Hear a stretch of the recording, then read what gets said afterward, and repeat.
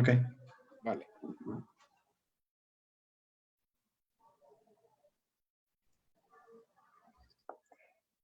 Listo, pues bienvenidos todos. Les damos una cordial bienvenida a todos aquellos que nos están viendo a través de Zoom y a través de nuestra página de Facebook. Andrés, te cedo el micrófono. Gracias, Wendy. Buenas tardes, amigos, amigas. Muchísimas gracias por acompañarnos. Espero que ustedes y su apreciable familia se encuentren muy bien en estos momentos. Es para nosotros un gusto poder compartir este tipo de capacitaciones. Es muy importante, si ustedes recuerdan las últimas semanas, hemos impartido diferentes cursos a través de expertos en la materia. Esta no es la excepción y continuaremos así pues prácticamente en lo que resta del año, haciendo invitaciones muy puntuales. El objetivo que nosotros buscamos principalmente es sentar los conocimientos técnicos, que ustedes tengan las herramientas para que el momento en el que tengan tomar una decisión en campo, pues sean basadas con base a cuestiones técnicas y no a cuestiones comerciales, ¿sí? Para ello, el día de hoy me complace presentar a un extraordinario maestro conocido por muchos en este ámbito. Para este tema nos va a acompañar el doctor Concepción Rodríguez Maciel. Wendy, perdón, un favor, ¿me estás...? La presentación no la puedo ver. Ya va. Ya, ok. Vamos a compartirles este pequeño videíto. Perfecto.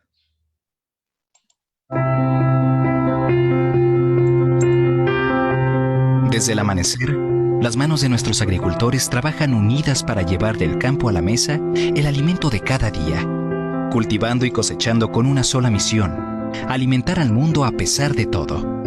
Por eso, gracias, porque son ustedes quienes siempre están firmes y dispuestos a todo cuando de responsabilidad y compromiso se trata. De nuevo, gracias. Es momento de mantenernos fuertes. Es momento de cuidar de aquellos que más nos necesitan. Tú que puedes, quédate en casa. FMC, siempre contigo.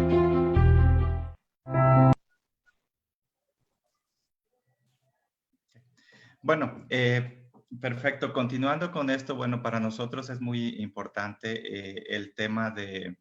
Estamos en una industria dedicada a lo que viene siendo la protección de insumos, perdón, la protección de cultivos a través de diferentes insumos.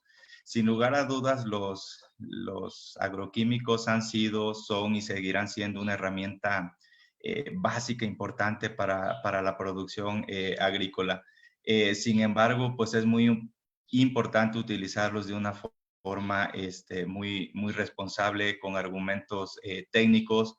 Pocos son los ingredientes activos en los próximos años. Creo que me sobrarían los dedos de la mano para decir los nuevos ingredientes activos, y más como ingredientes activos, las nuevas familias químicas o los nuevos grupos químicos. Realmente son muy pocos, razón por la cual es una responsabilidad para nosotros pues tratar de cuidar, maximizar estas herramientas químicas que nosotros pues tenemos disponibles, con la finalidad de darle una mayor vida en el campo y que éstas se sigan manteniendo pues efectivas y que sean seguras con los fines con los cuales fueron lanzadas en el mercado. Hoy día nos estamos, más que la industria de protección de cultivos, ustedes como agricultores o como técnicos se han visto sometidos a una serie de insumos agrícolas ilegales, es decir, productos que no cuentan con un registro en México. Y es importante mencionar, los productos en nuestro país están o no están registrados. No es decir que mi registro está en trámite y que esto me permite el poder utilizarlo. ¿Por qué? Bueno, de acuerdo a nuestras leyes, el comercializar insumos agrícolas se consideran como un delito que puede castigarse con cárcel. Por supuesto que es un riesgo a la salud y al medio ambiente, porque realmente no sabemos si se trata del ingrediente activo que ellos nos están indicando. Y por esa razón, pues México, siendo un líder exportador, puede verse afectado al estar utilizando este tipo de insumos desconocidos o ilegales. ¿Por qué? Porque nos pueden cerrar las fronteras. Y pues también no se tiene la certeza que realmente estos productos puedan ser eficientes o eficaces en campo. La siguiente, por favor, Wendy. Okay. Recordarles también que tienen ustedes a disposición en nuestra apps. Aquí ustedes podrán encontrar todos los agroquímicos o todo nuestro portafolio tan amplio que hoy día tenemos por producto, por cultivo, por problema fitosanitario, en el cual ustedes podrán encontrar, bueno, la ficha técnica, la hoja de seguridad y prácticamente, bueno, disponible en cualquier sistema, tanto en iPhone como en Android. Siguiente, por favor. Y bueno, específicamente el día de hoy vamos a ver el tema manejo de resistencia a insecticidas. Va a constar por cuatro módulos. Si ustedes recuerdan, bueno, hasta el día de hoy de manera comercial existen 29 grupos químicos, se acaban de abrir algunos más, está hasta el grupo 32, por lo cual pues es un tema bastante extenso. Pues ustedes recordarán que este tema de manejo de resistencia prácticamente nos pasamos todo un semestre y pues el doctor toda una vida estudiando. Entonces, por tal razón hemos decidido dividir en cuatro módulos. Ustedes tendrán la oportunidad de preguntar y el doctor tendrá la oportunidad de actualizarnos y darnos esas herramientas técnicas de la teoría de la resistencia. Cualquier duda que ustedes tengan o comentarios, por favor nos pueden dirigir un correo electrónico a contactomexico@fmc.com. Y recuerden que el jueves 7 de mayo continuamos con nuestro tercer módulo de taller de barrenador del tallo, específicamente en caña, ¿no? Y bueno, para mí es un gran honor presentar al doctor Concepción Rodríguez Maciel. Él es ingeniero agrónomo, especialista en parasitología agrícola, egresado de la Universidad Autónoma Chapingo, realizó sus estudios de maestría en el Colegio de Posgraduados y tiene un doctorado por la Universidad de California, Riverside, Estados Unidos. En 1997 fue galardonado por la empresa Mylan Star Rose de Francia por el valioso apoyo a la superación de los productores de rosas de América Latina. Tiene patentado dentro de toda su experiencia 2 insecticidas de uso agrícola. Ha sido profesor en la Universidad Autónoma Chapingo, así como en el Colegio de la Frontera Sur y en la Universidad de Chile. Actualmente es profesor investigador titular del posgrado de entomología y acuariología del Colegio de Posgraduados. Dentro de toda su amplia experiencia, cuenta con más de 100 artículos científicos publicados en diferentes revistas de talla internacional. Ha sido conferencista, por supuesto, en nuestro país, en Nicaragua, Ecuador, Chile, Alemania, Estados Unidos e Inglaterra. Eso habla pues de la amplia experiencia y el reconocimiento que el doctor no solo tiene a nivel de México, sino a nivel internacional y actualmente es miembro del Sistema Nacional de Investigadores. Sin más preámbulo, le cedo la palabra al doctor Concepción Rodríguez Maciel. Muchísimas gracias por estar con nosotros y esperamos seguirlos viendo en nuestros próximos módulos de capacitación. Muchísimas gracias, Andrés. Buenas tardes, amigos. Vamos a estar hora y media interaccionando y esperamos que tengan un rato agradable. Si alcanzan a Andrés, el administrador, ¿sí se alcanza a ver de la diapositiva? Sí, doctor. Ahí ya nada más maximizar y listo. Listo. Ok, vamos a hablar de los plaguicidas y la gobernanza del riesgo. Vivimos en una sociedad del riesgo. Fíjense que las 24 horas del día, creamos o no, estamos manejando riesgos. Cuando cruzamos la calle, analizamos el riesgo volteando a la izquierda y a la derecha. Eso nos lo enseñaron en el kinder. Eso se llama análisis de riesgos. Volteas a la izquierda, volteas a la derecha y tomas una decisión que es manejo del riesgo a la hora de cruzar. Cuando estamos dormidos, uno pensaría que el manejo del riesgo cesa, pero no, el cuerpo lo sigue manejando. De hecho, cuando tenemos una pesadilla, el cuerpo está advirtiendo que nuestra vida está en riesgo y debemos de reaccionar. En ese sentido, las pesadillas son útiles.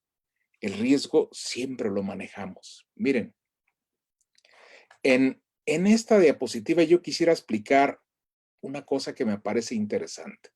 En el primer cuadro vemos en esta imagen lo que es malo.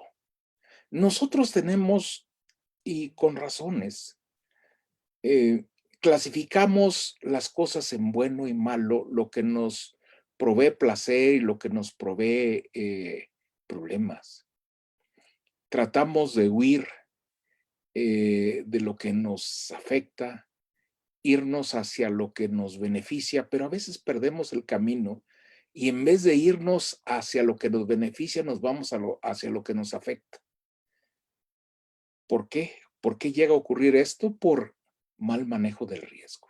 Aquí en esta parte quiero ejemplificar que esto es lo malo.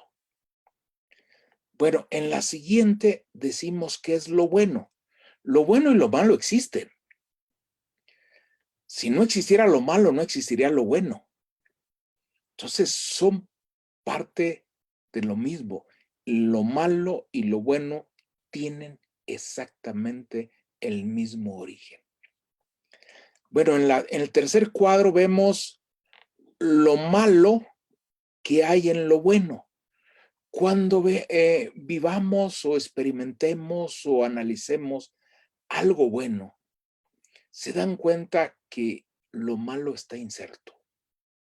Si no nos damos cuenta es que no estamos haciendo un análisis correcto, que nos estamos engañando. También en la siguiente vemos lo bueno que hay en lo malo. Ahorita vivimos una pandemia. La pandemia es mala, obviamente, pero hay cosas buenas en la pandemia y las vamos o las van a valorar los que vivan. Una vez que termine esto, esperemos que la humanidad valore más lo bueno. Y en el último, la vida es una mezcla de todo. Es una mezcla de lo bueno y lo malo. Quien vive solo en lo bueno, solo en lo malo, nunca apreciará lo bueno, y quien vive en lo bueno nunca apreciará y podrá dimensionar lo malo. Así es la vida. Pero bueno, miren, el riesgo es inevitable, lo corremos. Más vale que lo entendamos y que como los países avanzados hicieron del riesgo una ciencia, pues hay que hacerlo también. Hay que entenderlo. La única certidumbre que tenemos todos es que algún día vamos a morir. Es lo único certero completamente. Los países avanzados como los Estados Unidos tienen una certeza adicional y es la certeza de que van a pagar impuestos. Pero bueno, el riesgo, la percepción del riesgo es muy importante, independientemente que sea correcto o no. Aquí pongo yo en dos columnas, uno son los atributos que elevan la percepción del riesgo y en la segunda columna los atributos que disminuyen la percepción del riesgo. Pero de ninguna manera significan que el riesgo sea mayor o sea menor, es percepción. Por ejemplo, tenemos que cuando el riesgo es incontrolable, no tenemos control total del riesgo, como es en el caso del coronavirus. Hay una parte incontrolable, percibimos que se eleva, pero cuando es controlable, percibimos que reduce. Por ejemplo, las personas que fuman mucho tienen la percepción de que controlan el riesgo. No lo controlan, en realidad es una percepción. Pero en este campo, el mensaje 1, son pocos mensajes los que voy a transmitir y me gustaría que quedaran bien claros. El riesgo debe manejarse con evidencia científica, no debe basarse en percepciones. Cuando ocurrió la peste negra en la Edad Media, que mató al 25% de la población de Europa, se percibía que esa enfermedad era transmitida por los gatos. Esa fue la percepción. Son los gatos los que transmiten este problema. Entonces hay que acabar con los gatos. Mataron los gatos, se eleva la población de ratones. Al elevarse la población de ratones, se elevó la población de pulgas y eran precisamente las pulgas las que transmitían el patógeno Yersinia pestis. Entonces, la percepción del riesgo los llevó a correr un riesgo mucho mayor. Les dejo estas 2 columnas para que las analicen. Pero tenemos que ver esto desde el punto de vista de evidencias científicas. Aquí tenemos 2 columnas. La columna del lado izquierdo son actividades que hacemos y la columna del lado derecho son los riesgos que se corren. No significa que quien realice esa actividad le va a pasar lo que está en la columna derecha. Por ejemplo, fumar 1.4 cigarrillos al día, el riesgo es cáncer, enfermedad cardiovascular. No necesariamente va a pasar eso, pero es el riesgo con evidencias científicas al que se expone la persona que fuma 1.4 cigarrillos al día. Esto obviamente hay que ponderarlo por la genética de cada quien, por la susceptibilidad, por una serie de factores. Pero es importante darnos cuenta que el riesgo cero no existe. Hay personas que piensan que debemos buscar la certidumbre, debemos buscar los caminos seguros. No hay seguridad. La única seguridad que existe, y les comenté, es que algún día vamos a morir. El riesgo no existe. No existe. Entonces, ese es el mensaje 2. El riesgo cero no existe. Entonces, más nos vale que lo entendamos y lo manejemos para avanzar en este camino, pedazo materializado de camino que se llama vida. Y la administración del riesgo tiene cinco fases importantes. Las vamos a ir aterrizando poco a poco a los plaguicidas. Si vamos a administrar los riesgos, primero debemos definir las metas de protección. ¿Qué quieres proteger? No podemos manejar el riesgo si no tenemos claridad de qué queremos proteger. Una vez que nos quede claro qué queremos proteger, entonces vamos a identificar y caracterizar los peligros que afectan a nuestras metas de protección. No todos los peligros tienen que ver con nuestras metas de protección, pero una vez definidas las metas, si no somos capaces de identificar qué peligros las afectan, no podemos manejar el riesgo y estaremos a la deriva. Entonces, identificamos qué peligro afecta a esa meta y caracterizamos esos peligros. Hay que saber las tripas de ese monstruo, qué son. Una vez que tengamos los peligros identificados y caracterizados, nos vamos a evaluar el riesgo.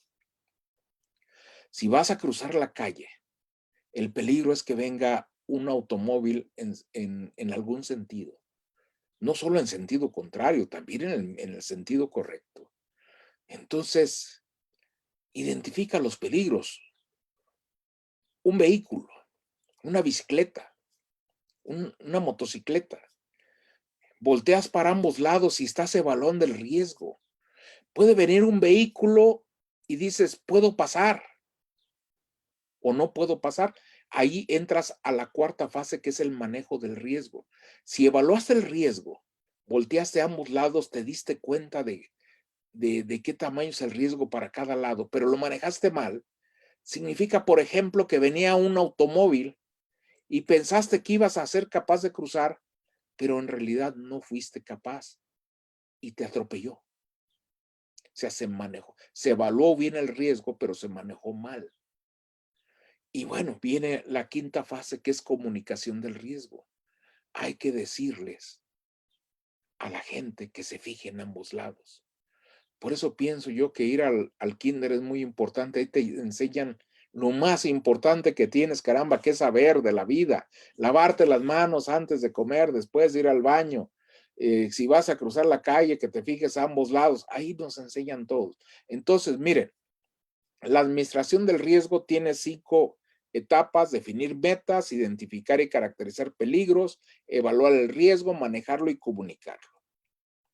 Bueno, primero, definir las metas de protección es el primer paso. ¿Cuáles son los bienes o valores que deseamos proteger? En el caso de los que estamos involucrados en la protección vegetal, tenemos 3 metas. Les hago con frecuencia esta pregunta a mis alumnos y es común que me contesten que nuestra meta de protección es el cultivo.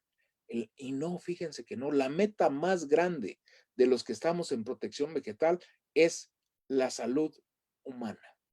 En ese orden, la meta más grande es la salud humana, le sigue el ambiente y le sigue el cultivo. En tercer lugar está el cultivo. ¿De quién es responsabilidad de manejar los riesgos? De todos.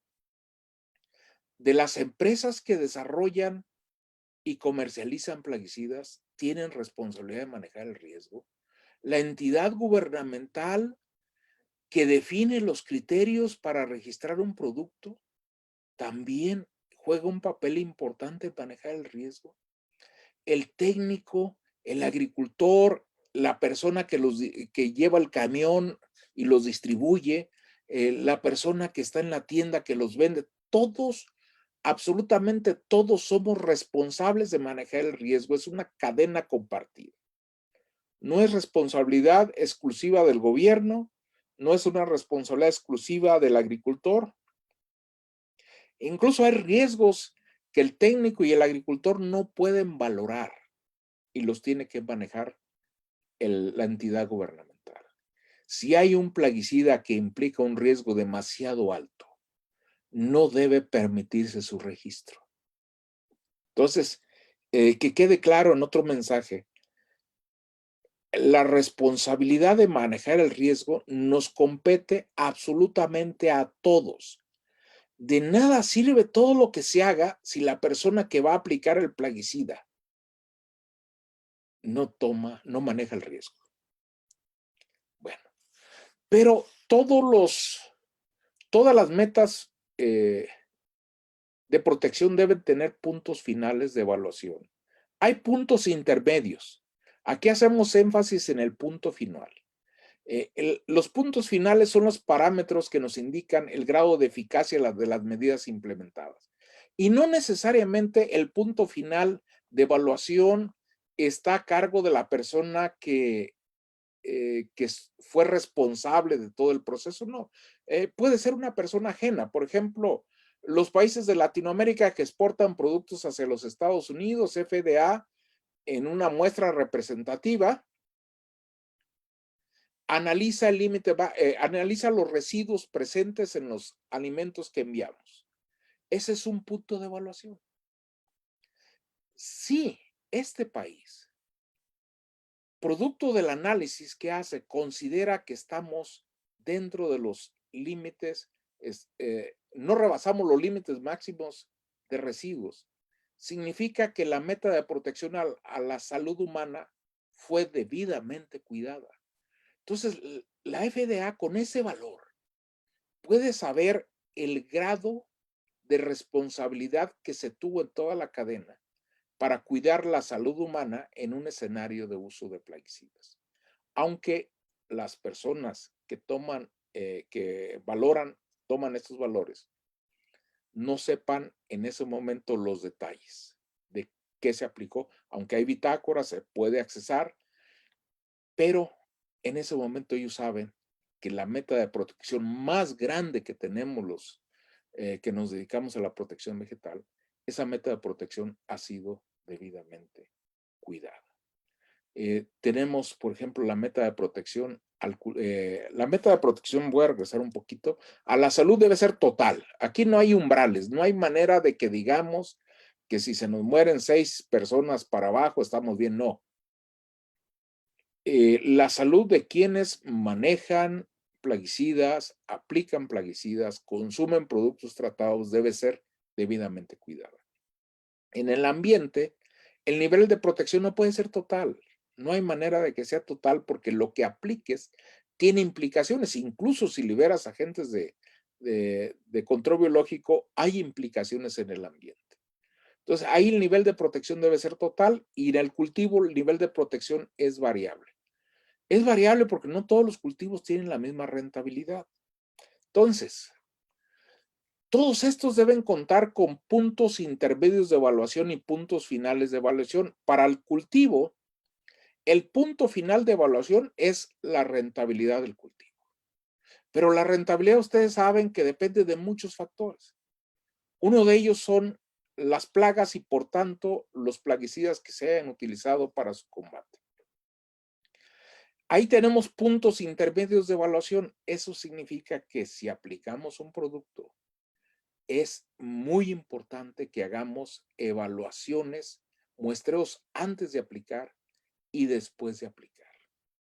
Entonces, ahí los técnicos, las empresas, deben proporcionar algún tipo de asesoría al agricultor para que haga evaluaciones antes y después y tenga algún umbral de acción. Es un tema muchas veces complejo pero cuando se tienen umbrales, aunque sean sencillos, se ha demostrado que son de mucha utilidad. Y hagamos evaluaciones después para saber por lo menos si el plaguicida cumplió con su cometido.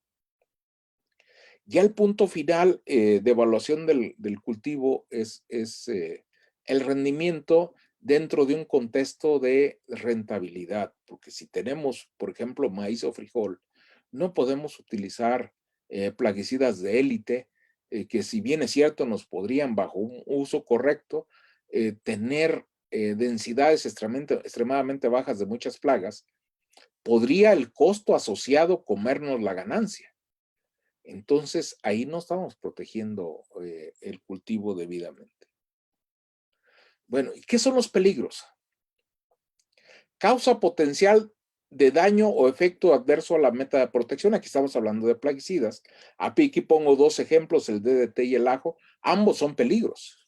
El agua misma es peligro. De hecho, se hizo un concurso de ver quién toma más agua y en el primer concurso se murió una persona. El agua es muy peligrosa. Dependiendo de la persona, pero arriba de 4 o 5 litros ya empiezan a haber efectos adversos muy graves. Los iones del cuerpo se diluyen, se inflama el cerebro y la probabilidad de morir es muy alta. Entonces, esos concursos de ver quién toma más agua se cancelaron, pero sí existe el concurso actualmente de ver quién come más hot dogs. Me llama la atención que las personas flacas son las que consumen más hot dogs, seguramente tienen las piernas huecas, ve tú a saber. El DDT obviamente es un peligro más grande que el ajo, pero no quiere decir que el ajo no sea peligroso, es un peligro y hay que entenderlo y hay que caracterizarlo. Ese es el primer paso, el segundo paso importante para manejar el riesgo. ¿Qué pasa si compras plaguicidas ilegales, adulterados? No hay forma de saber de qué peligro estamos hablando, no hay forma y no hay manera de que podamos proteger la salud humana o el cultivo. Yo me acuerdo cuando iniciaron los piretroides que no valían poco, eran costosos. Hubo una oferta fuera de la ley de que te vendía piretroides muy baratos y los agricultores lo compraban, pero adentro vendían un organofosforado. En realidad terminaban comprando un organofosforado muy caro en vez de un piretroide barato, incluso en la laguna, en la región lagunera de México, llegaron a comprar piretroides baratos cuando en realidad adentro venía un herbicida. Eso ya se imaginarán el efecto sobre el algodonero. Entonces, el punto aquí es, si compramos nosotros de manera legal los plaguicidas, nos podemos beneficiar de esa caracterización del peligro y por lo tanto manejar el riesgo. Entonces, vamos a la gestión de riesgos. ¿Qué es lo que queremos? Nosotros queremos prevenir. Siempre que se pueda prevenir un riesgo, es mucho mejor prevenirlo que tener que remediarlo. Siempre. Es mejor prevenirlo, pero no siempre va a ser viable. Entonces, si no es viable prevenir, vamos a reducir los riesgos. Si no se pueden reducir, vamos a controlar. Teniendo esto claro, nos vamos a dar cuenta que en la práctica, la mayor parte de los riesgos los vamos a prevenir. Una fracción más pequeña nos vamos a ver obligados a reducirla y otra más pequeña nos vamos a ver obligados a controlarla. Y nos vamos, ¿qué es el riesgo? Aquí menciono dos palabras, probabilidad o posibilidad. Cuando se conoce muy bien este fenómeno y lo podemos, nosotros lo podemos medir, entonces vamos a hablar de probabilidad. Es muy interesante el campo de la probabilidad. Hasta hay doctorados en ese campo. ¿Seremos capaces de dar el valor de 0 a 1, que es el rango de la probabilidad en términos de porcentaje, va de 0 al 100%? Pero en muchas ocasiones no tenemos el conocimiento suficiente como para estimar un valor preciso y nos vamos a lo que es la posibilidad. Posibilidad es un criterio cualitativo donde decimos que el riesgo es bajo, medio o alto y muchas categorías intermedias, ¿no? Entonces, probabilidad o posibilidad que ocurra un daño o efecto adverso a la meta de protección, por decir algo, la fitotoxicidad.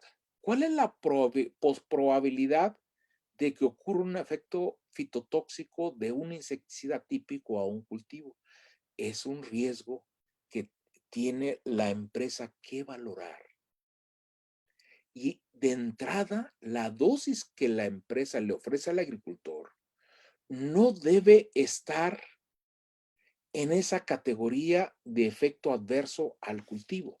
Pero si subimos la dosis, es posible que sí ocurra un efecto adverso. Entonces, la dosis correcta. Se debe hacer mucha investigación para obtenerla, pero correlacionar con algún daño al cultivo, porque de ninguna manera se justifica aplicar un plaguicida que, si bien es cierto, pueda abatir las poblaciones de una plaga, que ocurra un efecto adverso al cultivo. ¿Por qué? Porque el cultivo es una meta de protección importante.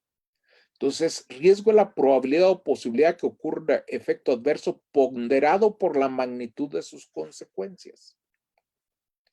Ahorita me acuerdo, hace ya muchos años, quizá 10 años o más, que fui a hacer un estudio de eficacia biológica al estado de Morelos en maíz, con Sansón, el productor cooperante, una muy buena persona. Pues establecimos los límites del lote experimental y agarramos un buffer, o sea, 10 surcos, más de lo que era estrictamente el lugar experimental. Y pusimos cinta alrededor.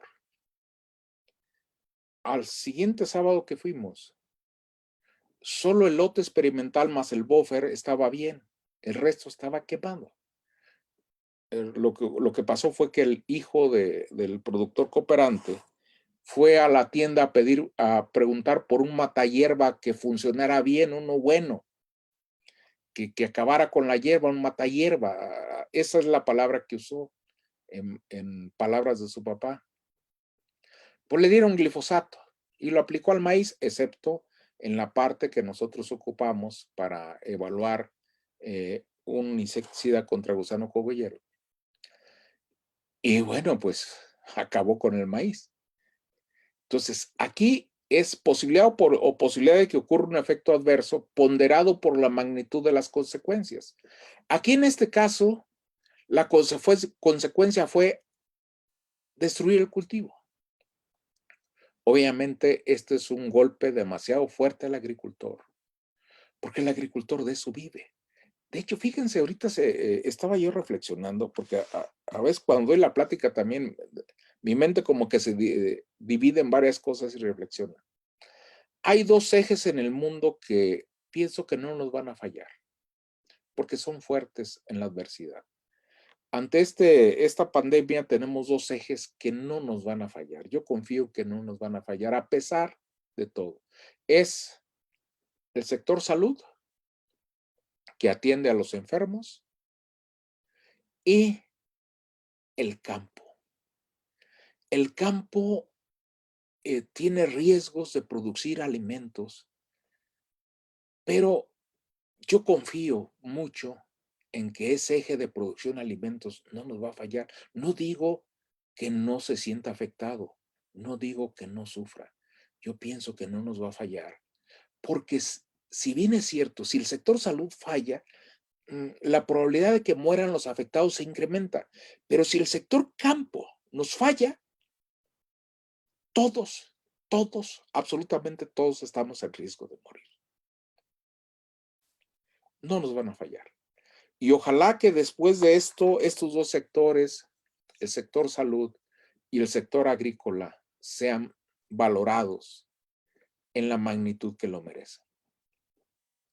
Bueno, entonces decimos, el riesgo se debe medir científicamente. No podemos medir, no es correcto medir el riesgo con base a percepciones. Y el riesgo cero no existe, que quede claro. Debe medirse científicamente y el riesgo cero no existe. Pero vamos a esta formulita. Riesgo es igual a peligro. Obviamente tenemos que identificar los peligros. Por probabilidad de ocurrencia, ¿cuál es la probabilidad que ocurra eso? Por exposición, por consecuencias. Les voy a poner un ejemplo. Me gusta agarrar ejemplos de muchos lados, pues, para que quede claro el fenómeno y después aterrizarlos al objeto de nuestra plática, que son los plaguicidas. Voy a poner dos escenarios donde el riesgo es el riesgo tiene el mismo nombre. El motor falla. Ustedes van en automóvil, van a tomar una capacitación. Pongan atención a este escenario, imagínenselo. Van a una capacitación y el motor de su automóvil se apaga. Vamos a asumir que no hay un accidente, me refiero a una colisión, se orillan y el automóvil ahí se quedó parado, no enciende. Ese peligro se materializó muy probablemente porque no llevaron a servicio el automóvil o lo llevaron a servicio con un mecánico irresponsable. Entonces, el peligro es un motor que falla. El peligro es un motor que no funciona. ¿Cuál es la probabilidad de ocurrencia? Esa probabilidad va a ser muy baja, media o alta, dependiendo del grado de mantenimiento que le den. Si no le dan el mantenimiento adecuado, la probabilidad de que ocurra, de que se materialice ese peligro, se eleva. Dice aquí por exposición, en este caso no tenemos mucha exposición, pero si hablamos de una sustancia tóxica, el riesgo de exposición es importante, ¿no? El metanol, si no me expongo a él, pues no me pasa nada. Por consecuencias, ¿cuál es en este caso la consecuencia? Que ustedes no llegaron a la capacitación. Bueno, pero el mismo riesgo, imagínenselo en un avión. Vamos en un avión a 15 kilómetros de altura y se apagaron los motores.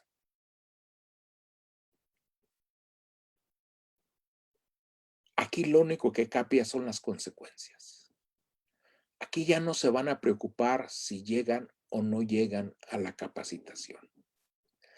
Es más, estudios psicológicos indican que la persona en esa condición ya no se preocupa por si vive o muere. Entra en un estado que no sabe qué pasa. Es un estado de shock. Y la consecuencia es que ahí se acabó todo. Entonces, con los plaguicidas hay que valorar cuáles son las consecuencias. Una consecuencia es que dañamos al cultivo, como les acabo de mencionar. Otra consecuencia es no dañamos al cultivo, pero no controlamos la plaga. Esos riesgos los valora el agricultor perfectamente. Pero ¿qué pasa si no afectamos al cultivo? Si controlamos muy bien a la plaga, pero la cosecha supera el límite máximo de residuos. Entonces, la meta más grande que tenemos de todas, la más grande, que es la salud humana, la estamos poniendo en elevado riesgo. Miren, esto es motivo de un curso completo, pero aquí les pongo yo 4 escenarios. En el primer escenario, en la zona 1, eso de 0.5 partes por millón de límite máximo de residuos es un ejemplo. Tómenlo como un ejemplo porque varía en función del plaguicida y del cultivo. Pero vamos a suponer que en el cultivo que estamos tratando, el límite máximo de residuos deben ser 0.05 partes por billón. Si estamos en este valor o abajo, en la zona 1 significa que la cosecha es legalmente aceptable, es segura a la salud humana, o sea, no pasa nada. Hay presencia de residuos, pero la ciencia de la toxicología nos dice que podemos llevar una vida larga, normal, sin problemas, que no la va a cortar la presencia de los residuos que están ahí. Pero vamos a suponer que los superamos y entramos a la zona 2. Es el valor que se llama ingesta diaria admisible. Rebasa el límite máximo de residuos.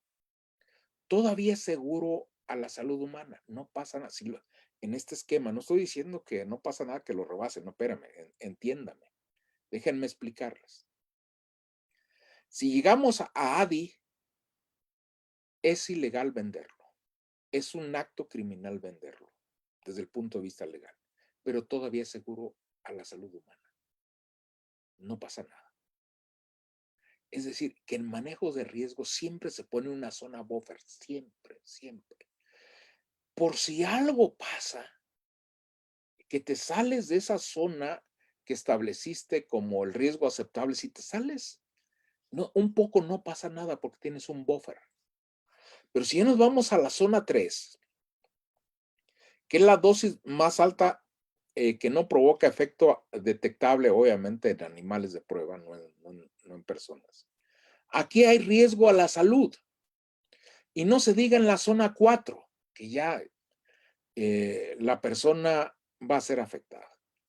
Entonces, desde el punto de vista legal, te dicen, nos debemos mover en la zona 1. Es decir, que hay que leer la etiqueta. Hay que ver cuál es el intervalo precosecha. Respetarlo. ¿Cuál es el intervalo entre la última aplicación y la cosecha? Respetarlo para estar dentro de los límites máximos de residuos aceptables. Si no lo hacemos, entonces no estamos cuidando la meta de protección más grande, que es la salud humana. Bueno, el análisis de riesgos es el uso sistemático, o sea, es el uso seguido, repetido de información disponible para tomar decisiones con base a riesgos y beneficios. Vamos poco a poco. El manejo del riesgo. Definir, proponer estrategias para prevenir, reducir o controlar los riesgos en ese orden. Lo fundamental es prevenirlos. Por ejemplo, en cualquier fenómeno. Si puedes prevenir, es lo mejor. No puedes prevenir, reduce. No puedes reducir, controla. Pero no puedes aceptar riesgos ni siquiera bajos. Vamos a ver poco a poco. Por ejemplo, aquí el usar equipo de protección personal nos permite prevenir un riesgo. Controlar un riesgo, bueno, la persona ya se intoxicó. Va al médico, hay que controlar ese riesgo. Hay que suministrar antídotos si existen. Hay muy pocos estudios, muy pocos antídotos, perdón. Y en plaguicidas, en muchos de los casos, es manejo sintomático. Manejo sintomático es de que si hay alergia, se utiliza medicina para alergia. Si hay temperatura, se trata de controlar la temperatura. Si hay diarrea, primero hay que dejar que saque todo lo que tenga que sacar y después controlarla. Y como comunicación de riesgo. Comunicación de riesgo. Esto que estamos viendo aquí es parte de la comunicación del riesgo.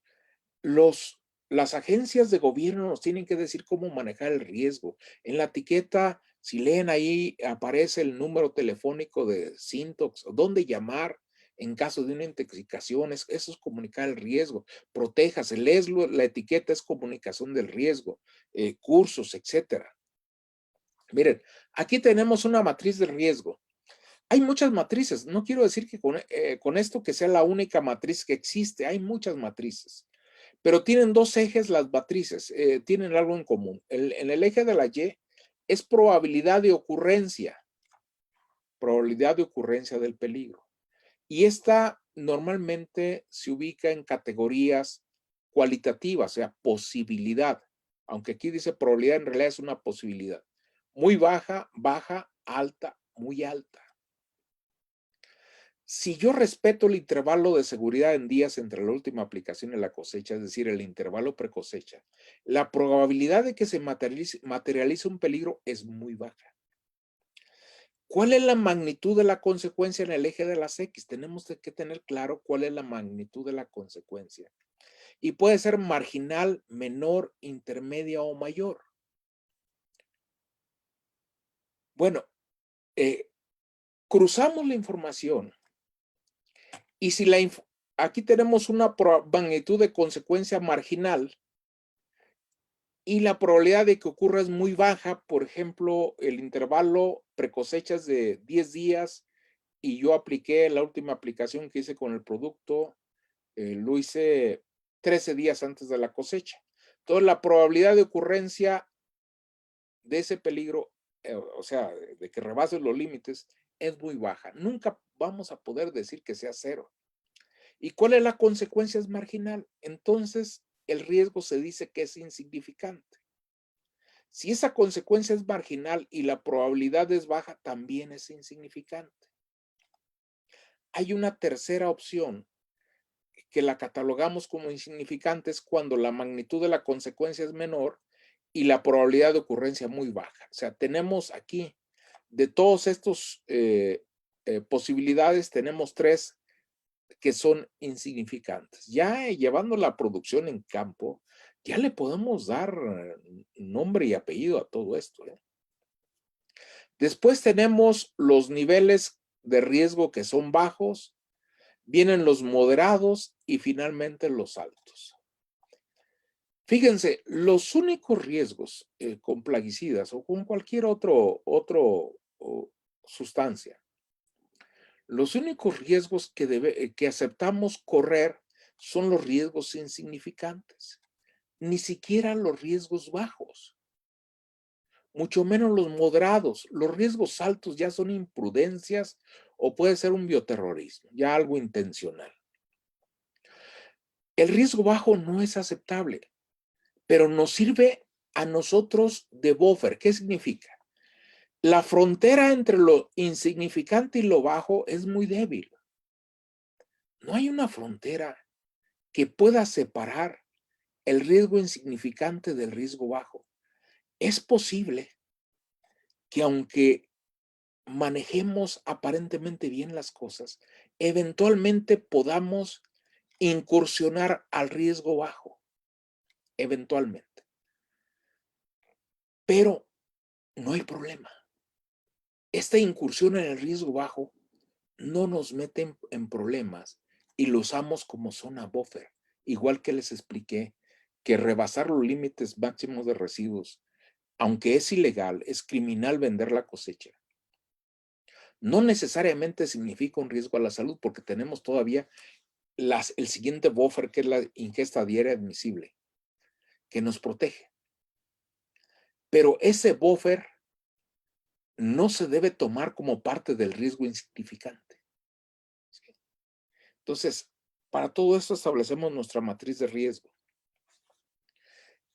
¿Qué definimos como efecto adverso? Cambio cualitativo o cuantitativo no deseado es un efecto adverso. Por ejemplo, quemar al cultivo. Normalmente cuando hablamos de fitotoxicidad, normalmente hablamos de la fitotoxicidad aguda. Es la que ocurre por efecto de una sola aplicación y es visible. Pero también existe la fitotoxicidad crónica, algo que no podemos ver a simple vista, pero que producto de repetidas aplicaciones puede manifestarse en la cosecha como una baja calidad o avejentamiento de la planta, cortamiento de entrenudos, etc. Todos esos son efectos adversos. Una intoxicación de una persona en el campo, estar ingiriendo una sustancia a un nivel que la toxicología nos diga que puede representar un factor de riesgo a la persona y que, si bien es cierto, de consumir alimentos tratados, la posibilidad de un envenenamiento o toxicidad aguda en general es relativamente baja. En la toxicidad crónica puede ser alta, de que la persona, si lo ponderas por su condición genética, su condición física, pudiera resultar en un problema de cáncer como leucemia. O sea, daño. Es la posibilidad posibilidad de que se materialice un peligro ponderado por su severidad. Estamos hablando de que se materialice un peligro. Aquí es una plática de una hora y media, 1 hora y cuarto y 15 minutos para preguntas, pero da para un curso, incluso da para incursionar en cosas filosóficas. Aquí hablamos de que se materializa un peligro, pero ¿qué pasa si se materializa el mal? El mal es el mayor peligro que pudiera existir, sobre el cual no existe protección alguna. Voy a poner un ejemplo absurdo. Viene un pedazo de piedra, un meteorito desde fuera del universo, llega y le pega en la cabeza a la persona. No voy a entrar en eso, yo soy filósofo también. No voy a entrar en mucho detalle en eso porque es motivo de pláticas muy extensivas, pero lo único que yo encuentro, y no creo que sea muy apegado a la religión, para impedir que se materialice el mal, es esa parte del Padre Nuestro que dice líbranos del mal. Yo no veo otra posibilidad. Y no encuentro maneras de que el ser humano se pueda proteger del mal, excepto eso. Si alguien conoce, que nos diga y que nos explique para el bien de la humanidad. Y potencial de daño es la capacidad de ejercer un efecto adverso a la meta de protección. Por ejemplo, residuos ilegales de plaguicidas. El otro, pongo un nivel en la segunda, un nivel de daño diferente, por ejemplo, daño estético de la plaga al fruto por falta de control. Y me viene a la mente, por ejemplo, una conferencia que nos dio una persona en Riverside, en los Estados Unidos, y presentaba la fotografía de una naranja que tenía daños que a mí me parecían muy pequeños, y los presentaba como el daño del arador de la naranja, un ácaro. Lo presentaba como algo desastroso. Y yo me acuerdo que en la sesión de preguntas yo dije, bueno, oye, si esa naranja se ve bien, no tiene ningún problema.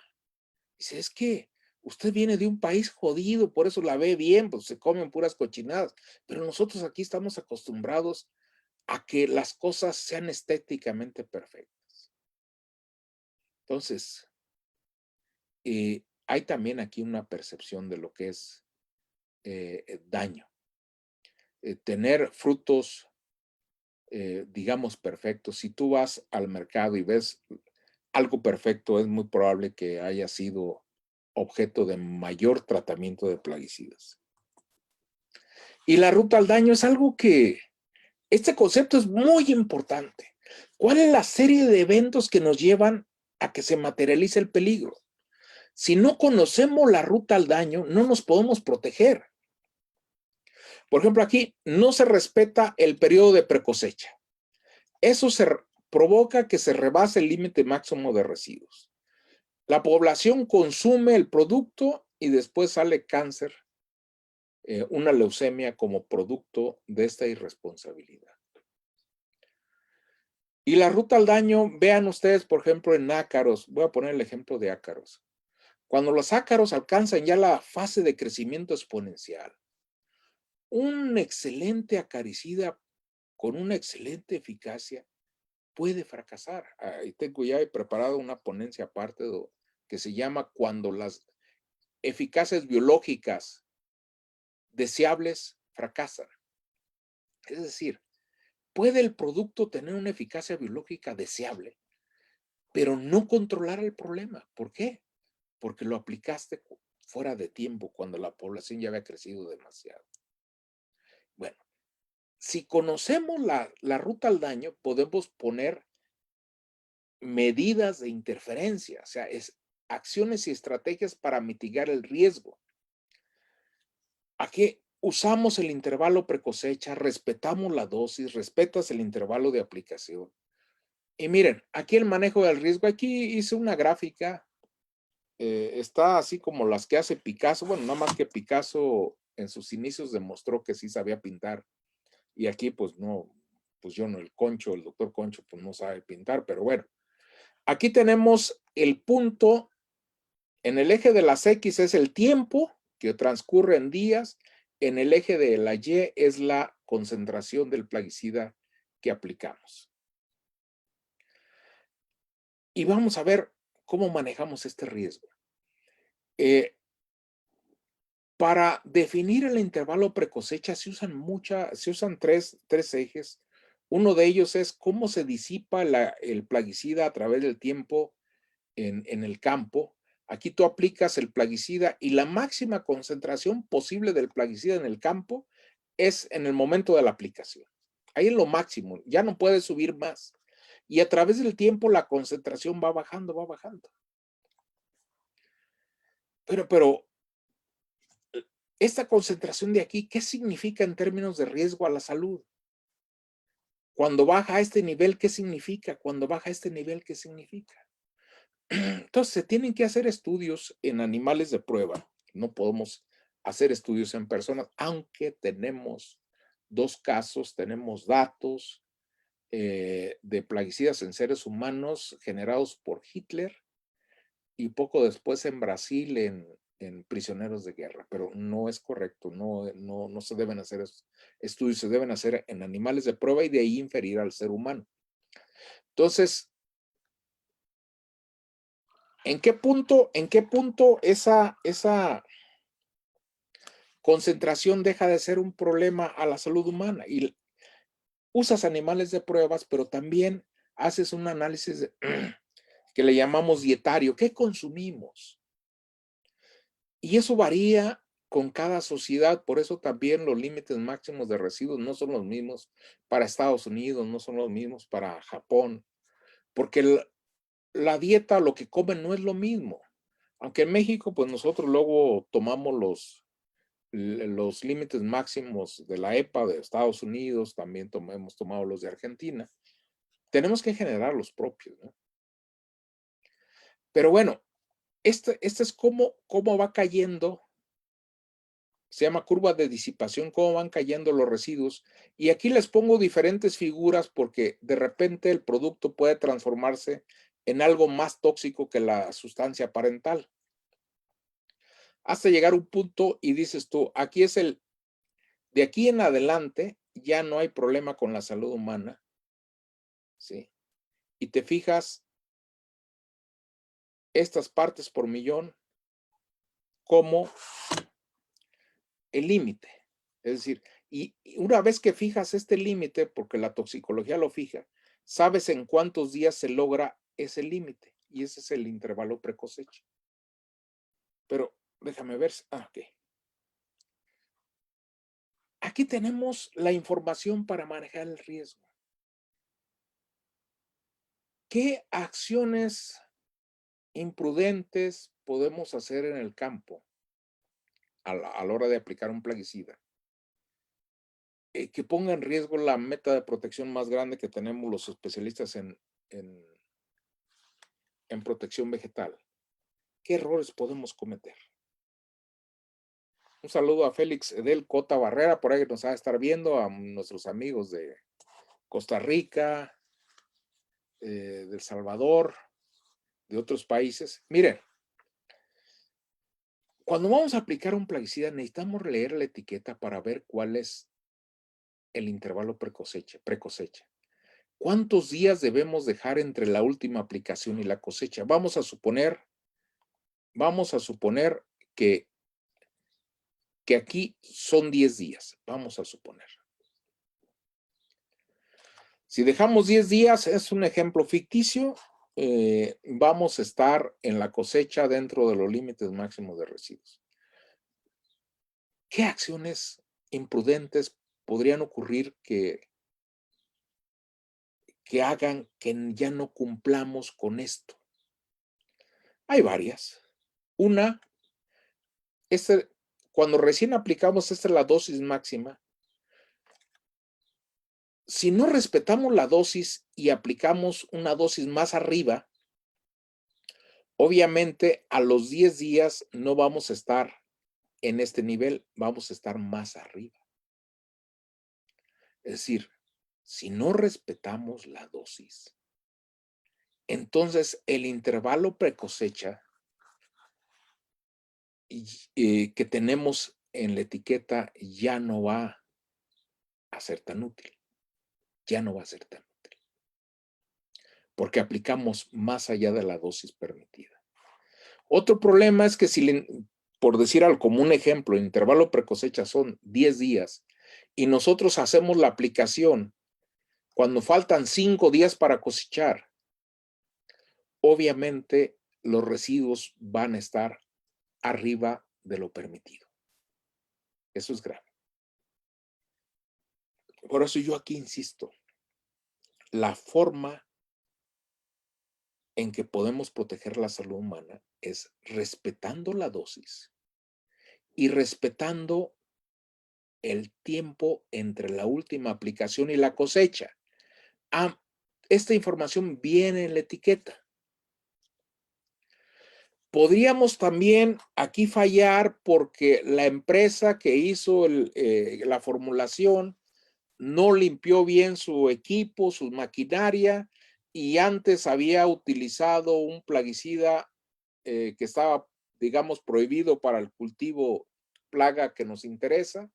Entonces, respetamos la dosis, respetamos el intervalo pre-cosecha, llegamos a cosecha dentro de los límites máximos de residuos, pero nos va a aparecer ahí un residuo ilegal. Y dices, caramba, pero pues eso yo no lo apliqué. Yo técnico no lo recomendé, yo agricultor no lo apliqué, y me dicen aquí que hay un residuo ilegal, y ustedes saben que cuando hay un residuo ilegal, con trazas que se detecten es suficiente para rechazar esto.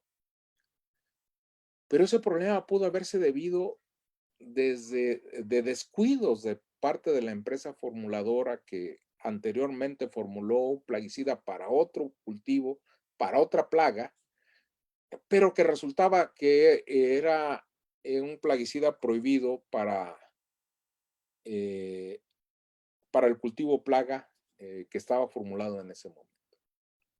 Hay otra manera en que podríamos fallar también.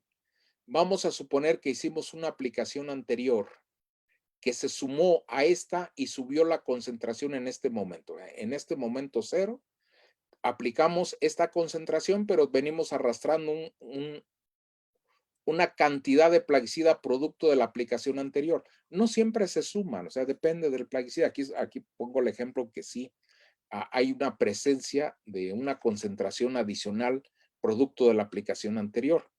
Entonces el número total, el intervalo de la aplicación también debe tenerse bien presente a la hora de esto, para no rebasar el límite máximo de residuos. Aquí sí quiero hacer hincapié.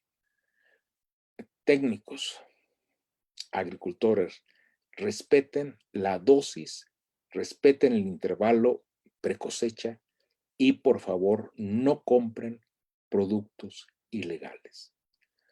No se vale que pongamos en riesgo la salud de los consumidores.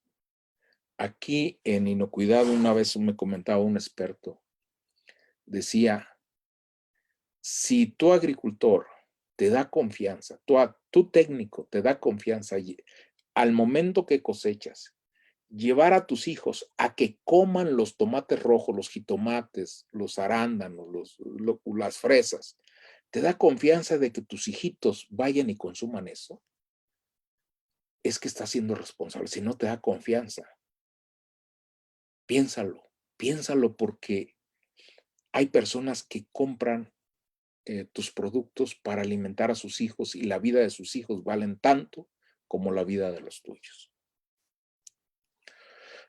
Bueno, el problema con los plaguicidas es que aquí tenemos que el riesgo no lo puede manejar el agricultor solo. Son 3 entidades principales, no digo que sean las únicas, pero es el gobierno, la empresa y el productor quienes manejan los riesgos. El gobierno, porque es el que decide el nivel de exigencia para registrar un plaguicida. Si el gobierno es laxo y registra lo que sea y libera a la sociedad riesgos que no puede manejar, va a haber un problema. Las empresas también son responsables de manejar el riesgo. Ellos son los responsables de elaborar las etiquetas. En muchos países los gobiernos son los responsables de aprobar o no aprobar esa etiqueta, pero también el productor. El productor, ¿quién puede controlar que aplique algo indebido? Es su ética. Hay que estar cerca de él. Estas 3 entidades manejan el riesgo, pero quien enfrenta las consecuencias es la sociedad. Pero la sociedad es poco lo que influye para manejar el riesgo. ¿En qué maneja la sociedad el riesgo? Lave y desinfecte, hablando también de bacterias, los alimentos. Si hablas de zanahoria, al pelarla, estás eliminando una cantidad impresionante de plaguicidas, pero hay frutos que no se pelan o que no se pueden lavar. El jitomate no lo pelas, pero lo lavas. Ahora bien, el jitomate, si hablamos de un producto que está en la superficie, puedes lavar. Vamos a suponer que el ama de casa no es tan competente para lavar, pero lava los jitomates. Fácilmente elimina el 80% de los residuos. Pero si hablamos de un producto que penetra, solo lavará el 20%. Y eso es asumiendo que lo lava bien. Entonces, aquí tenemos una cosa muy particular que obliga a que los gobiernos, las empresas y los productores, los técnicos, todos trabajemos en conjunto para beneficio del agricultor y beneficio de los consumidores. Aquí hay una diferencia muy grande con quien cruza la calle. Si usted va a cruzar la calle y no voltea para ningún lado, obviamente el riesgo se incrementa. Usted no analizó el riesgo, pero usted va a sufrir las consecuencias del manejo del riesgo. Cruza y va a sufrir las consecuencias. Volteó nada más hacia la izquierda y no a la derecha. Volteó hacia la izquierda porque es el sentido en que vienen los carros. Pero ¿qué tal si viene uno en sentido contrario? Ahora, volteó para los 2 lados. Vio que un automóvil venía, pero venía muy cerca y no manejó bien el riesgo, pasa y lo agarra el carro. Pero en este caso estamos hablando de una persona que sufre las consecuencias de haber manejado mal el riesgo. Pero en la sociedad, el problema que tenemos, que la parte más grande del riesgo no lo maneja el consumidor, lo manejan entes diferentes, gobierno, empresa, productor. Hay empresas socialmente responsables como FMC que dicen, pero vamos a hablar de los temas. No tenemos miedo. ¿Por qué? Porque hacemos las cosas bien. Todas las empresas deben asumir estos compromisos. Si bien es cierto, hay muchas que sí lo hacen, desafortunadamente hay otras que no. Bueno, el modelo holístico, todos entramos a manejar el riesgo, todos. Es lo mejor. Pero bueno, hay otro modelo. Estos modelos, esos nombres yo los inventé con base a los escenarios. El modelo del queso suizo. El modelo del queso suizo, el gobierno, por ejemplo, podría tener en su legislación vacíos. Es muy, no es raro que existan vacíos legales.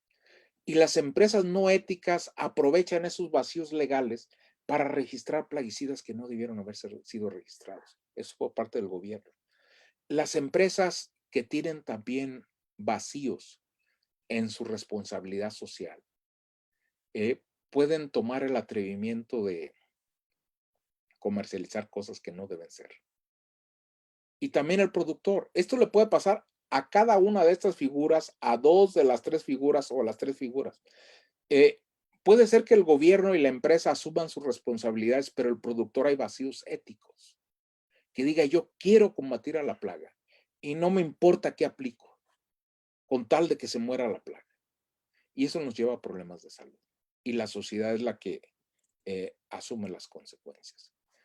El modelo de cadena rota es otro modelo donde de las 3 entidades, una o 2 asumen la responsabilidad, pero otro no. Por ejemplo, vamos a suponer que el gobierno asume la responsabilidad de registrar los productos que puede manejar en riesgo la sociedad. La empresa también lo asume, pero el producto no le importa. Esa es cadena rota, donde hay entidades que asumen la responsabilidad, pero una de ellas, o aquí pongo el productor, pero puede ser el gobierno, puede ser la empresa, es la cadena rota. Aquí el punto es, ¿quién eres cuando nadie te ve? Son las 6:15, me indicaron que 1 hora 15 minutos de pregunta, perdón, de ponencia y 15 minutos de preguntas.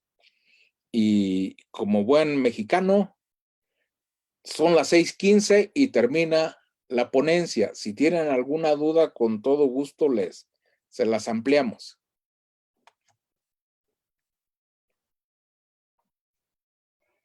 Muchísimas gracias, doctor. Gracias por su puntualidad. Gracias por esta introducción en el primer módulo que tenemos del taller de manejo de resistencia a insecticidas. Pues como bien dicen, hay que lavarse las manos antes de comer.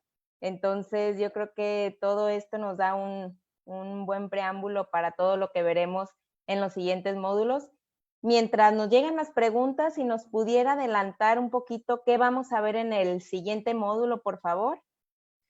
Miren, vamos a ver nosotros en el siguiente módulo, son 4 módulos. Esta es la base, digamos, y vamos a ver, ya entramos en el siguiente módulo con el manejo de la resistencia. ¿Cómo se originan los genes? ¿De dónde salen los genes? Mira, tenemos algunos videos donde ves ácaros que están destrozados por la aplicación de un acaricida. Y un ácaro anda feliz como si nada hubiera pasado, absolutamente nada hubiera pasado. Bueno, esos individuos que no les pasa absolutamente nada, esos genes, ¿de dónde salen? ¿Y cómo evolucionan? Esos individuos que son muy raros en la población, si no manejamos adecuadamente esto, después llegan a ser comunes y eso provoca que no tengamos control en la población. Ahora, si nosotros no medimos las cosas, no analizamos, no sacamos información del campo, En algún momento dado, nos vamos a dar cuenta que el plaguicida no sirve, pero va a ser demasiado tarde. Y no solo vamos a afectar ese plaguicida, vamos a afectar a todos los plaguicidas que pertenecen al mismo grupo de resistencia. Aquí les vamos a discutir, vamos a presentar estrategias, primero para prevenir la resistencia, reducirla, mitigarla, es decir, y manejarla.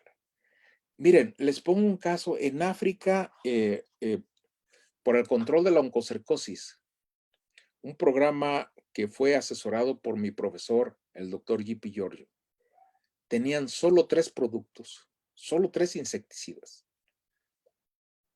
para combatir simúlidos, eran larvas de simúlidos.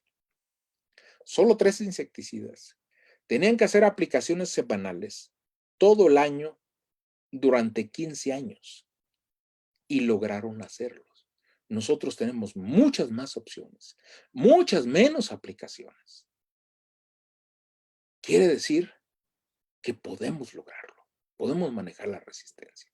De hecho, ya varios de mis estudiantes que me los encuentro en el campo me dicen, mire, yo veo que se quejan mucho de resistencia, nosotros tenemos nuestra unidad de producción en tal lugar, no interaccionamos mucho con ellos, no tenemos problemas de resistencia porque seguimos las indicaciones.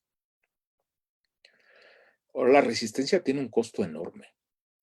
Lo peor que puede hacer el agricultor es subir la dosis y la frecuencia de aplicaciones. ¿Qué es lo que está haciendo cuando subes la dosis y subes la frecuencia de las aplicaciones? Estás incrementando costos de producción y estás incrementando tremendamente los riesgos a la salud humana.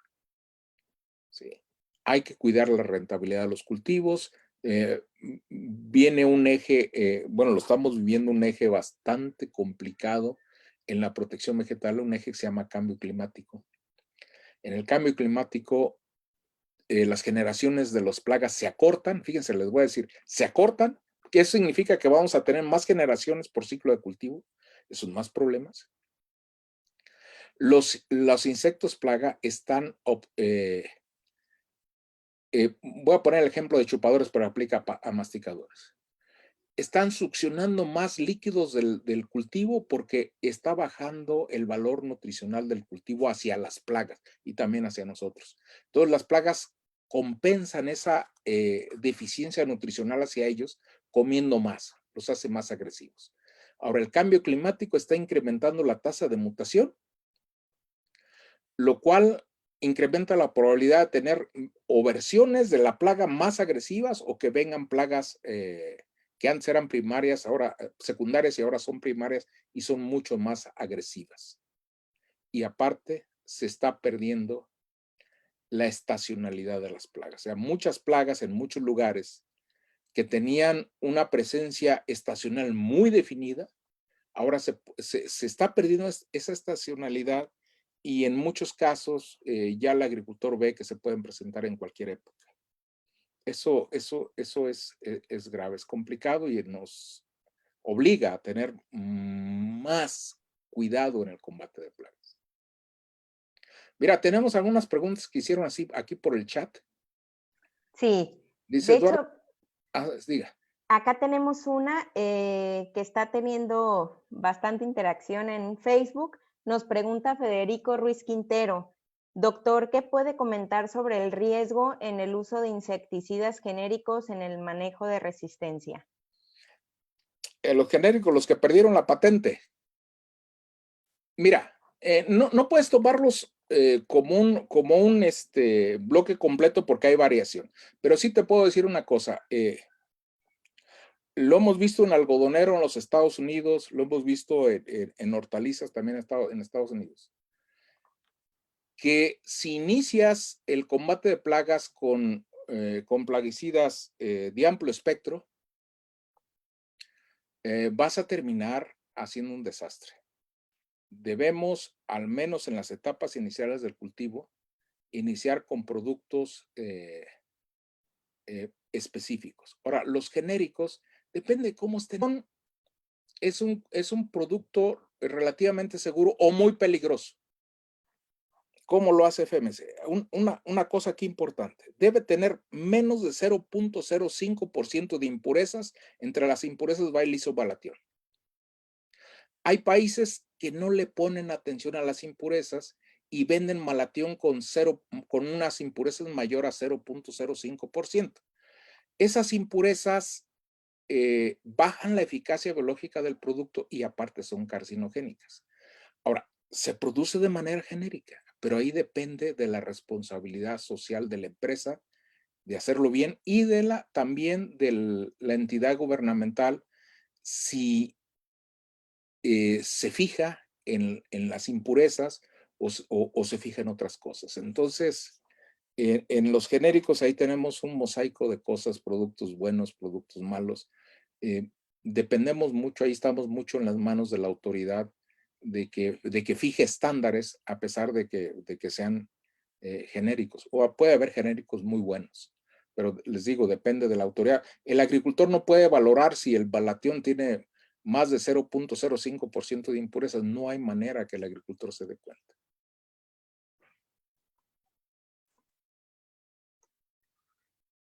Muy bien, de acuerdo, muchas gracias. Nos preguntan,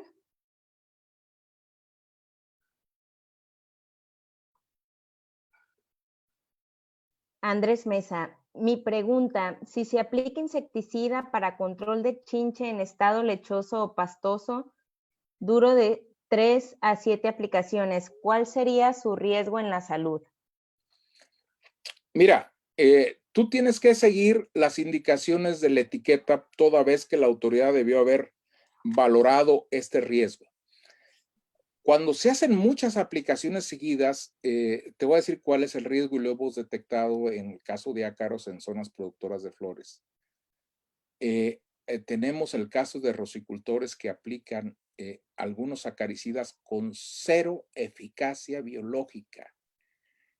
Y dices, ¿cómo es posible que apliquen algo que... Bueno, el agua sería más beneficiosa. Aquí tenemos zonas que tienen niveles muy elevados de resistencia. Cuando hay muchas aplicaciones y muy seguidas, es posible que el agricultor haga una aplicación que no sirve y esa aplicación se enmascare con las que sí sirven. Entonces, ojo, yo les recomiendo ahí, busquen la manera de evaluar la eficacia biológica de cada aplicación. Hay formas de hacerlo. Y sigan las recomendaciones de la etiqueta. Si acortan artificialmente o demasiado el intervalo de aplicaciones, entonces, aunque respeten el intervalo precosecha, vamos a salir mal en residuos.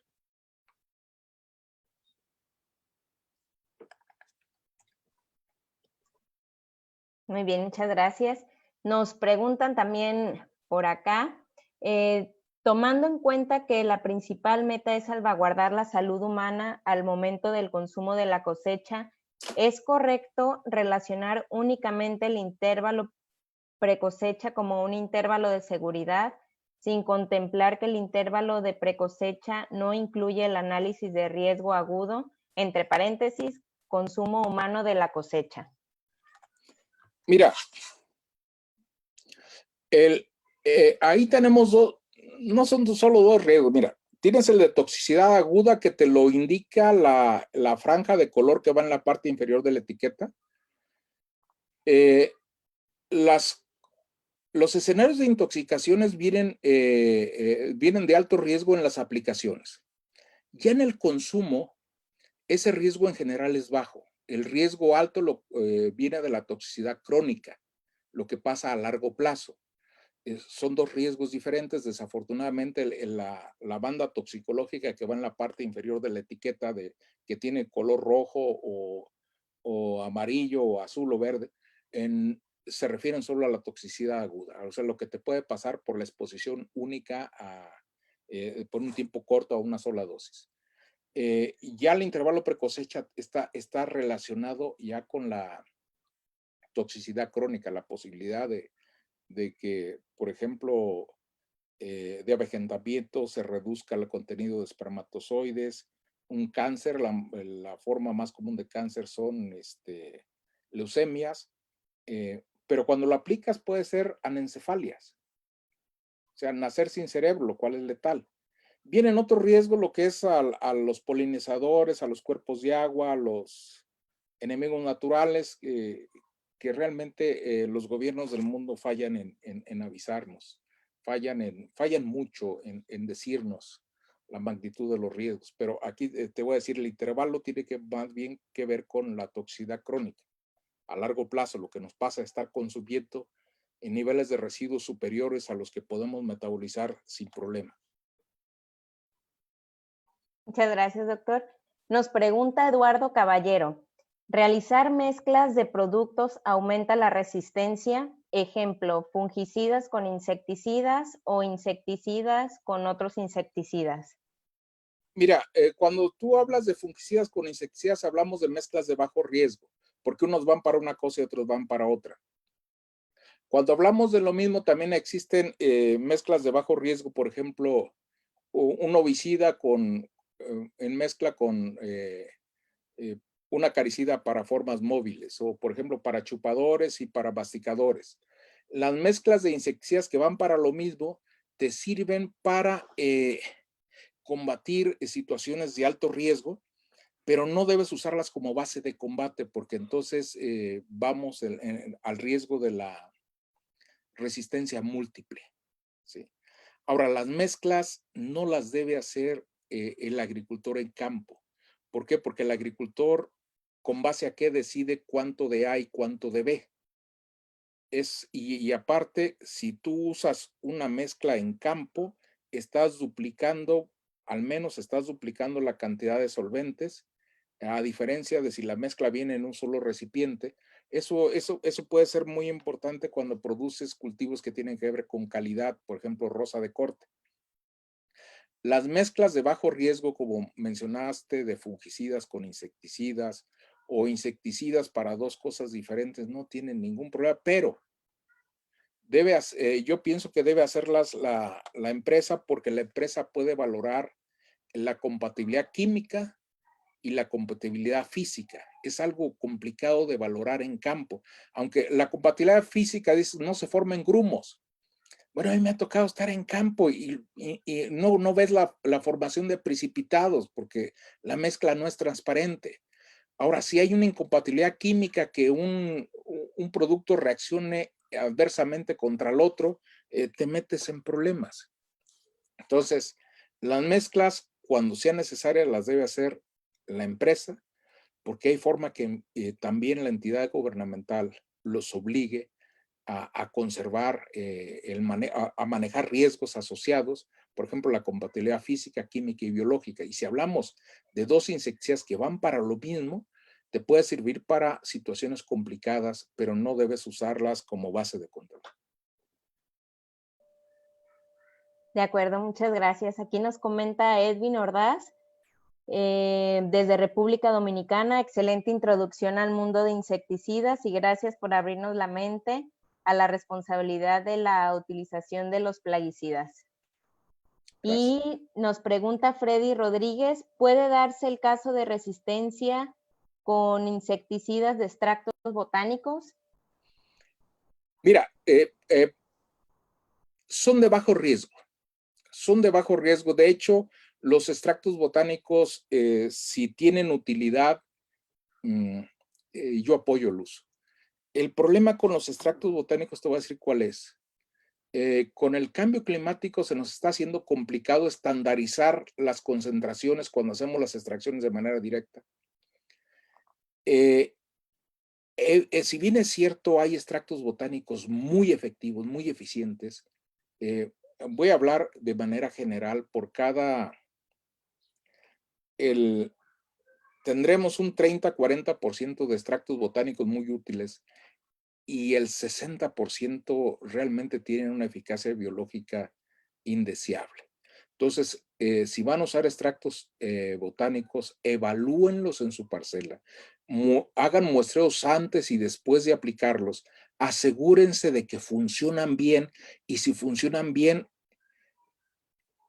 úsenlos. De hecho, hay una estrategia de manejo de resistencia que se llama anillado. Por ejemplo, entre una aplicación y otra de insecticidas convencionales, es meter un botánico, un biorracional, para bajar la propensión. Cuando el problema no sea muy grave, vete con biorracionales, entre ellos los botánicos. Y si tienes un plaguicida biorracional muy útil, úsalo. Es una bendición tenerlo. Por ejemplo, yo no uso esto para promocionar, yo voy por ahí a una tercera patente de insecticidas que están hechos de cosas que comemos y con eficacias biológicas del 90-95% en 20 minutos de haber sido aplicado. Pero bueno, a lo mejor no resulta, no sabemos. Hay siempre elementos de riesgo, pero los botánicos, evalúalos y si funcionan bien, úsalos. El riesgo de resistencia es muy bajo. En biorracionales sí hay buenos biorracionales con alto riesgo como el espinosad, pero en botánicos lo que tienes a base de NIM, a base de extracto de muchas otras plantas, hay unos muy buenos que no tienen ningún problema. Muchas gracias, doctor. Nos preguntan también en Facebook, Benito Bejarano. Buenas tardes, doctor. Mi pregunta es, ¿cuántos productos máximos se recomiendan por mezcla para una aplicación para garantizar su efecto? Mira, te voy a poner el caso extremo en Tiquizate, Guatemala, que llegaron a usar una mezcla de 13 insecticidas diferentes y ni así controlaban. La mezcla, te digo, de campo, yo no la apoyo, a menos de que pues, la persona sepa exactamente qué está haciendo. Y la mezcla no debe ir más allá de 2 productos y debe ser para usos muy específicos de situaciones complicadas. No mezclen demasiados productos. De hecho, hay unas técnica que se llama isobologramas para saber exactamente cuánto mezclas de A con B, que me llama la atención que muy pocas empresas en el mundo la utilizan esa tecnología. He visto buenas mezclas y otras que no entiendo por qué mezclaron A con B, pero no más allá de dos productos.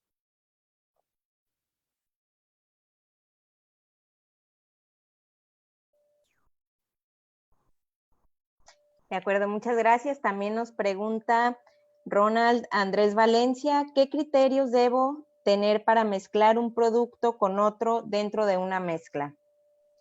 Mira, primero la compatibilidad física, pero si lo haces en campo, les comenté hace unos momentos que la compatibilidad física se refiere a, por ejemplo, a que no se formen precipitados, no se formen grumos, no se separen fases, porque a veces mezclas tú y si el recipiente es transparente, puedes ver la formación de 2 fases y dices, bueno, la fase 1, ¿qué es? La fase 2, ¿qué es? Lo aplico y si estoy jalando producto de la fase de abajo, la fase 1, ¿qué estoy aplicando? Y después de la fase de arriba, ¿qué estoy aplicando? Hay situaciones donde en campo podemos valorar bien si hay compatibilidad física, pero hay otras situaciones y que ya me ha tocado vivirlas donde piensas que sí hay compatibilidad física y ya cuando estás agotando el contenido del recipiente te das cuenta que hubo formación de grumos. La compatibilidad química no hay manera de que el agricultor la pueda evaluar, no hay manera.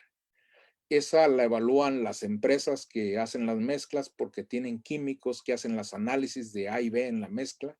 Entonces, el agricultor, si bien no puede valorar al 100% la compatibilidad física, sí tiene en muchos casos manera de hacerlo.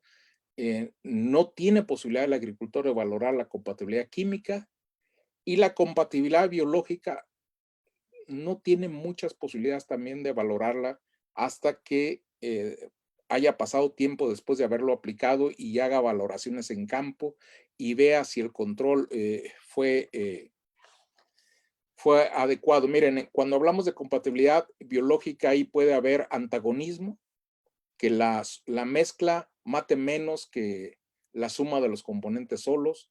Puede haber acción similar, que sea como mezclar el producto A con el mismo producto A, o puede haber potenciación, que la mezcla sea muy potente. Pero eso es muy complicado para el agricultor de manejar. Lo puede evaluar la empresa, pero a nivel de campo tengan mucho cuidado con las mezclas.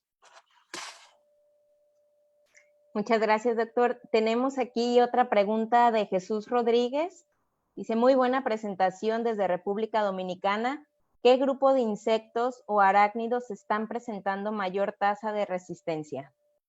Mira, tenemos muchos problemas con chupadores.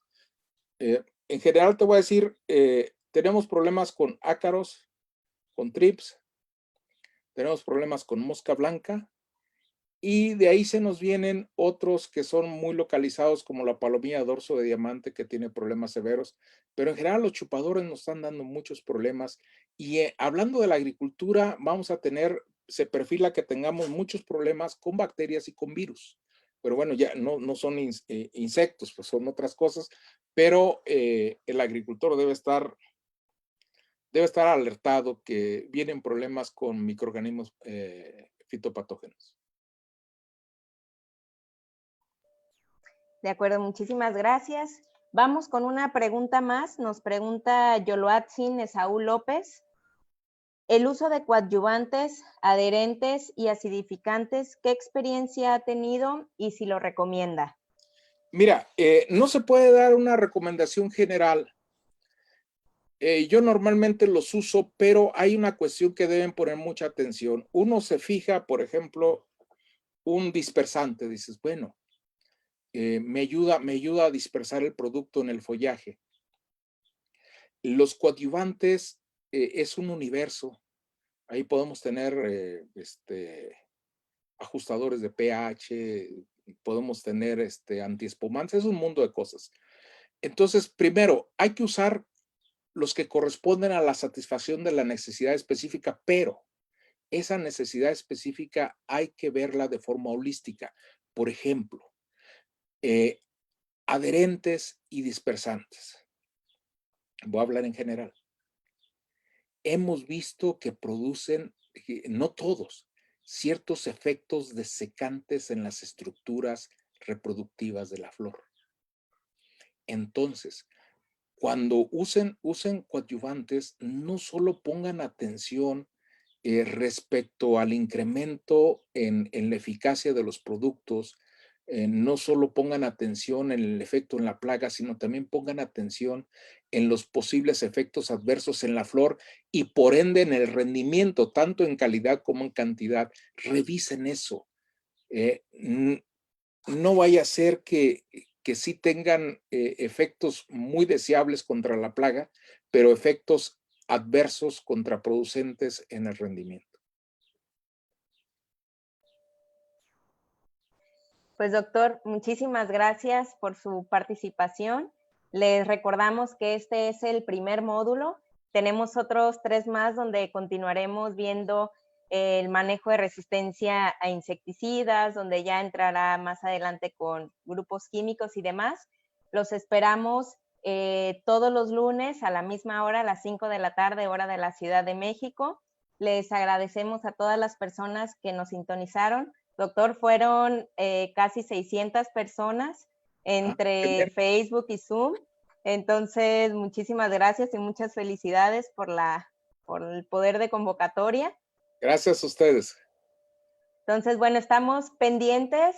Recuerden, quedaron algunas preguntas ahí en el aire. Tenemos el correo de contacto mexico@fmc.com, donde nos pueden hacer llegar sus dudas y con gusto nosotros las canalizaremos con el doctor.